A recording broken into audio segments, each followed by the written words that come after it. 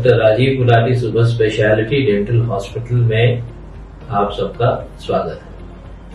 मैं डॉक्टर राजीव गुलाटी, मैंने ऑर्थोडोंटिक्स में एमडीएस किया है king George medical college Lucknow से, और मैं विगत 45 वर्षों से स्वयं टेढ़े मेढ़े दांतों का इलाज खुद करता हूँ।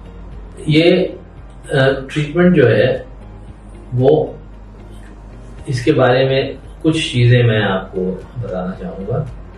पहली चीज तो ये है कि ऑर्थोडोंटिक ट्रीटमेंट या टेढ़े मेढ़े दांतों का इलाज जो है वो इतना आसान नहीं होता जितना कि जो है वो कई बार लोग समझते हैं। पहले तो कई जगह तो डॉक्टर ही निकालने लगाने वाला एक डेट दे देता है कि, लेकिन ये सब चीजें जो है वो सिर्फ भ्रमित करने के लिए, माफ कीजिएगा। ट्रीटमेंट क्वालिफाइड डॉक्टर से ही कराना चाहिए, और इसमें हम तार बांध करके दांतों को सेट करते हैं। कई बार मरीज के मन में ये वो होता है कि हम किस उम्र में लेके आए। देखिए, सबसे जहां आपको ये महसूस हो कि मरीज आपके बच्चे का या घर में किसी भी बच्चे का या एडल्ट का दांत जो है वो ठीक से नहीं निकल रहा है, आपको उसी समय दिखा देना चाहिए, क्योंकि जितनी जल्दी हम ट्रीटमेंट स्टार्ट करेंगे उतना जल्दी ही जो है वो ट्रीटमेंट सक्सेसफुल भी होगा, समय भी कम लगेगा, और तथा आपका जो चेहरा है उसमें जो चेंज आएगा, यानी कि चेहरा जो अच्छा और सुंदर लगेगा या सुंदर लगेगा, तो वो कम उम्र में वो ट्रीटमेंट ज्यादा सक्सेसफुल है। आइडियली जो है वो 10 साल से 13 साल के बीच में हम चाहते हैं कि ट्रीटमेंट शुरू हो जाए, बच्चे का खत्म हो जाए। लड़कियों में ट्रीटमेंट जल्दी शुरू कराना चाहते हैं, क्योंकि लड़कियों में ग्रोथ जल्दी कंप्लीट होती है। लड़कियां जो है 12 साल 13 साल के बाद उनकी हाइट नहीं बढ़ती, और चूंकि हम इलाज जो कर रहे हैं वायरिंग का वो बोन में, दांतों को तो हम हड्डी के थ्रू मूव करते हैं। एक बार हड्डी जो है उसकी ग्रोथ खत्म हो गई तो उसमें टाइम ज्यादा लगता है। लड़कों में ग्रोथ 18 साल की एज तक होती है, लड़कों में एक बार। इसका मतलब ये नहीं कि हम 18 साल में ट्रीटमेंट करें। जल्दी करेंगे तो फेशियल रिजल्ट्स, एस्थेटिक्स जिसको बोलते हैं, लुक जिसको आप बोलते हैं, वो ज्यादा बेटर आएगा। इस ट्रीटमेंट में टाइम जरूर लगता है, कभी 1 साल, 1.5 साल, 2 साल, डिपेंडिंग कि कितना आपको ट्रीटमेंट करना है, लेकिन बहुत जल्दबाजी करना जो है कभी भी शरीर के लिए या चिकित्सा के लिए उचित नहीं होता। एक बात मैं और बता दूं, लोग जो है वो इंतजार करते हैं। जब शादी का टाइम आता है तो हमारे पास रोज 2-3 मरीज आते हैं कि साहब इसकी 3 महीने के बाद लड़की की शादी है, लड़के वाले कह रहे हैं कि इसको ठीक कर दो। हम 3 महीने में कुछ नहीं कर सकते। तो इसलिए अगर आप इस निंद्रा में हैं कि जो है वो मेडिकल साइंस इतना ज्यादा एडवांस हो चुकी है कि जो है वो हम 3 महीने में जो है वो आपके बच्चे का ठीक कर देंगे शादी से 3 महीने से पहले, तो वो संभव नहीं। आपको शुरू में ही जो है बच्चे को जितना जल्दी हो सके बच्चे को या लड़की को या लड़के को दिखा देना चाहिए, ताकि इलाज हम सक्सेसफुली कर सकें। और इस ये इलाज जो है वो कई तरीकों से होता है। वो तरीका आपके बच्चे के लिए वो कौन सा तरीका सबसे बेस्ट है, वो आपको हम देख के ही बता पाएंगे। नमस्ते, मेरा नाम डॉक्टर तारुषी गुलाटी है। मैं आज आपको कुछ जानकारी देना चाहती हूँ डेंटल इम्प्लांट्स के बारे में, और ये जानकारी आपके लिए बहुत महत्वपूर्ण है, क्योंकि यही सवाल आपके मन में उठते हैं जब आप इस प्रोसीजर के लिए जाना चाहते हैं। तो हम आज 4 चीज़ों पे बात करेंगे कि डेंटल इम्प्लांट होता क्या है, डेंटल इम्प्लांट क्यों करा जाता है और कहाँ करा जाता है, डेंटल इम्प्लांट के नुकसान और फ़ायदे क्या हैं, और इसका क्या कॉस्ट होता है। सबसे पहली बात कि डेंटल इम्प्लांट होता क्या है। डेंटल इम्प्लांट एक ऐसा टेक्निक है जो हम आपके मिसिंग टूथ को रिप्लेस करते हैं। इस तरीके से हमें अगल बगल के दांत को घिसने की ज़रूरत नहीं पड़ती है। जहाँ दांत नहीं होता है बस वहीं पर दांत लगा दिया जाता है। इस टेक्निक से हम आपके मुंह में अगर एक भी दांत नहीं है, हम पूरे दांत आपके मुंह में वापस लगा सकते हैं। दूसरी बात कि ये हम क्यों करते हैं, ये हम इसलिए करते हैं क्योंकि इससे आप बेहतर खा सकेंगे, इससे आप बेहतर दिख सकेंगे और आपका कॉन्फिडेंस वापस आए।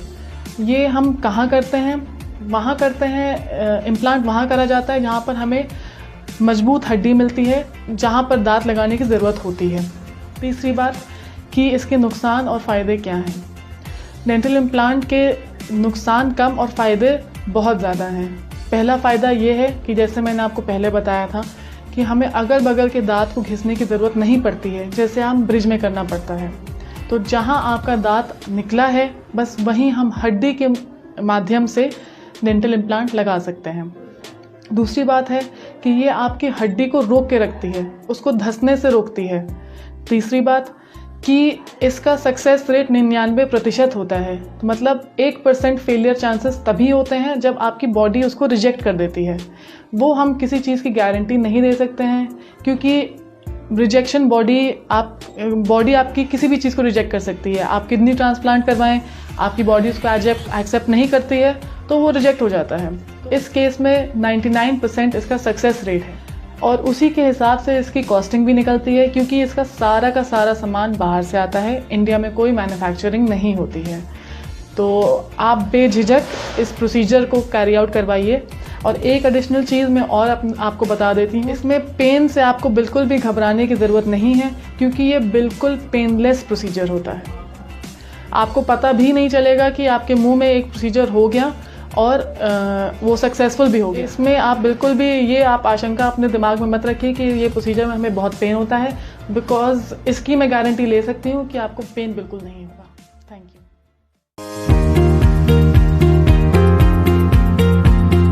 नमस्कार, मैं हूँ आपकी एग्जामिनर डॉक्टर ऐश्वर्या सिन्हा और मेरा काम है आपके दांतों को बचाने का। तो आज मैं बात करूंगी दांतों में सड़न के बारे में। दांतों में सड़न होता है, हमारे दांतों में अगर खाना फंसा रह जाता है या हम बहुत ज्यादा चिपचिपा खाना खाते हैं, बार बार कुल्ला नहीं करते हैं, कम पानी पीते हैं, तो ये सारी वजह हो जाती है जो कि दांतों में सड़न करा देती है। तो ऐसे में क्या होता है, हमारे ओरल कैविटी का, हमारे मुंह का जो पीएच है वो काफी कम हो जाता है, जिसके कारण हमारे दांतों में, जिसको हम कीड़ा समझते हैं, वो उसकी वजह से हमारे दांतों में सड़न होना शुरू हो जाता है। और ये सड़न हमें कई बार बहुत छोटे दिख सकते हैं, कई बार बहुत बड़े दिख सकते हैं। जरूरी नहीं है हमें जो छोटे दिख रहे हैं वो उतने ही छोटे हो जितने हमें आंखों से दिख रहे हैं, वो कई बार अंदर बहुत डीप होते हैं। तो ऐसे में वो हमारे दांतों के कई लेयर को अफेक्ट करते हैं। हमारे दांतों में बेसिकली 3 लेयर्स होते हैं, इनामल, डेंटिन और पल्प। तो अगर सड़न हमारे इनामल और डेंटिन तक है तो उसके अनुसार हम इलाज आगे बढ़ाते हैं। अगर हमारा इन्फेक्शन पल्प तक बढ़ रहा है, पल्प यानी कि हमारे दांत का वो हिस्सा होता है जहाँ पे सबसे ज्यादा ब्लड सप्लाई होता है, तो अगर वो पार्ट अफेक्ट होता है तो हमें अलग तरीके का इलाज फॉलो करना है। आरसीटी और फिलिंग 2 अलग चीजें हैं जो हमें करनी होती है। अगर हमारा इनामल और डेंटिन सिर्फ इन्वॉल्व हो रहा है तो हम दांत के रंग के मटेरियल से उसकी फिलिंग करके आपके दांत को बचा सकते हैं और खाने योग्य उसको रख सकते हैं। अगर इन्फेक्शन बहुत ही ज्यादा बढ़ जाता है और पल्प को इन्वॉल्व करने लगता है तो हमें ऐसे में आर्टिफिशियल नसें डालनी पड़ती है दांतों में, जिसको हम आरसीटी कहते हैं। आरसीटी में हम आपके दांतों के सड़न को रिमूव करते हैं और उसके बाद इन्फेक्टेड पल्प जो है उसको हटाते हैं और इन्फेक्शन को ठीक करके आर्टिफिशियल नसें उसमें डालते हैं, जिसकी वजह से फिर वो दांत अच्छे से फंक्शनल हो जाता है और आप अच्छे से खा पाएंगे। ये प्रोसीजर बहुत ही पेनलेस होता है, इसमें बिल्कुल आपको दर्द नहीं होता है, क्योंकि हम कई बार ज्यादा इन्फेक्टेड टूथ होते हैं तो उसमें हम दांतों को सुन कर देते हैं और उसके बाद प्रोसीजर करते हैं। तो ऐसे में आपको दर्द बिल्कुल नहीं होता है और ब्लीडिंग भी बिल्कुल नहीं होता है। तो इसमें आपको टेंशन लेने की कोई बात नहीं है, इजीली आप अपना प्रोसीजर कर सकते हैं। Thank you.